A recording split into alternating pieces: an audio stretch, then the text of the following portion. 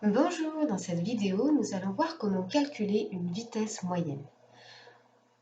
Nous allons donc traiter ici l'exemple numéro 2.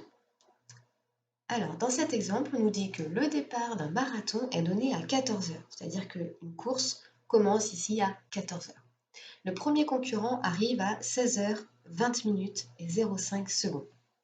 La question est, calculer la vitesse moyenne de ce concurrent en mètres par seconde arrondi à l'unité, donc là ça veut dire qu'il faudra faire un arrondi du résultat obtenu, sachant que le marathon se court sur une distance de 42,195 km.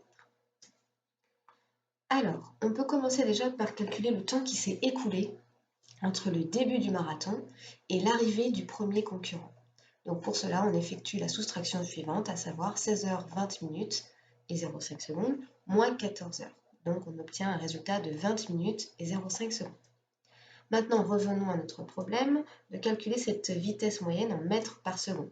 Cela signifie que l'on cherche une distance en mètres parcourue pendant un temps de 1 seconde. On peut donc faire un tableau de proportionnalité dans lequel interviendront les deux grandeurs suivantes, à savoir la distance en mètres et le temps en secondes.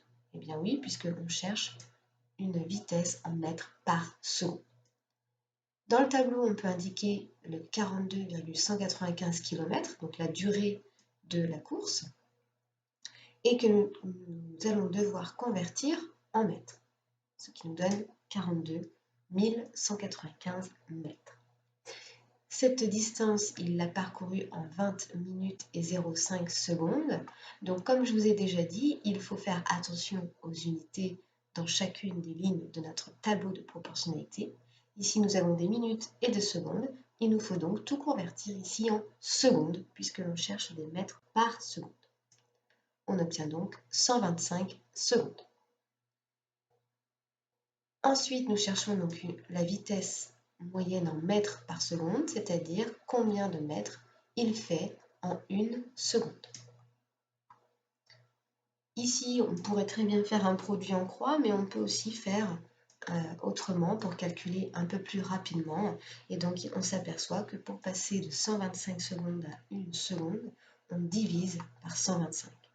Donc, pour avoir la valeur manquante, on fera 42 195 divisé par 125, qui nous donne ici 337,56. Ce qui nous donne une vitesse moyenne de 337,56 mètres par seconde.